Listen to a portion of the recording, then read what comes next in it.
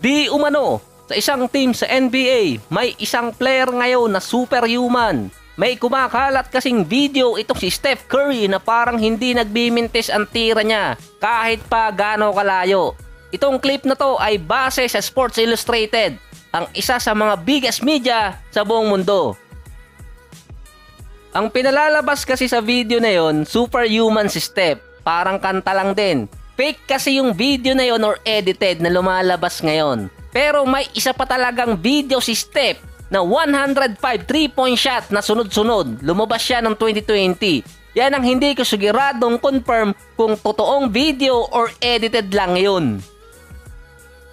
Kaya mahirap kalaban sa pisuhan itong si Steph dahil nga hindi nagmimintes kung ganon. Pero itong bagong video ni Steph na sinare pa mismo ng Golden State, pero yung mga fan page ay sinasabing edited nga lang yun at hindi totoo. Pero nung nahimasmasan ako at nakita ko yung isang pangalan, alam kong edited agad yun.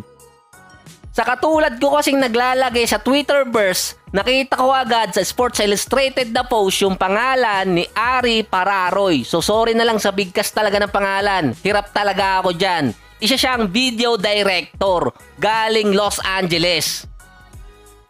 Dahil dati nakita ko na yan na gumawa ng video tungkol nga dito kay Will Smith. Tapos nakita ko pa yung isang video dati na doon ko talaga siya nakakilala. Ginawan din niya ng katulad na video ni Steph itong si Tom Brady, yung naglalaro sa NFL. Pero dito naman iba, sa golf.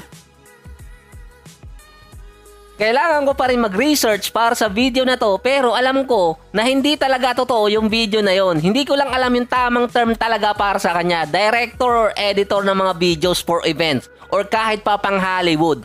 As in, kung kinuha siya sa Darna at sa Victor Magtanggol, baka maganda talaga ang kinalabasan ng graphics or basta video dahil nga sa expertise niya. Kaya nga yung comment ng isang fan nung lumabas yung video na yon ay ginamit na ng Sports Illustrated ang kanilang natitirang pondo ngayong taon para lang sa video na yon dahil hindi yon mura.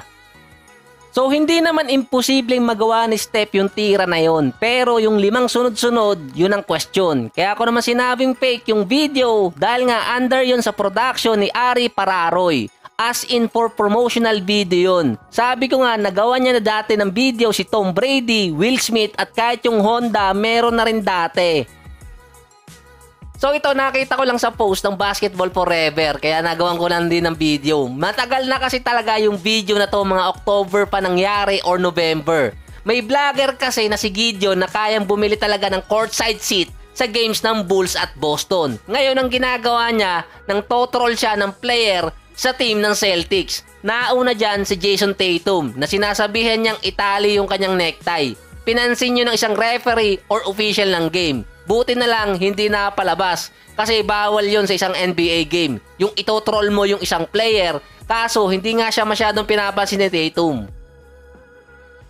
Kaya nakalusot talaga siya doon. Di ko lang sure kung nag-viral ba to dati or hindi kasi ngayon lang pinost ng Basketball Forever. Pero yung isa talaga, nung tinroll niya si Blake Griffin na may kasama pang picture ni Lana Rhodes, doon talaga deadman na lang itong si Griffin. Kasi yung mga katabi ni Gideon, doon natatawa.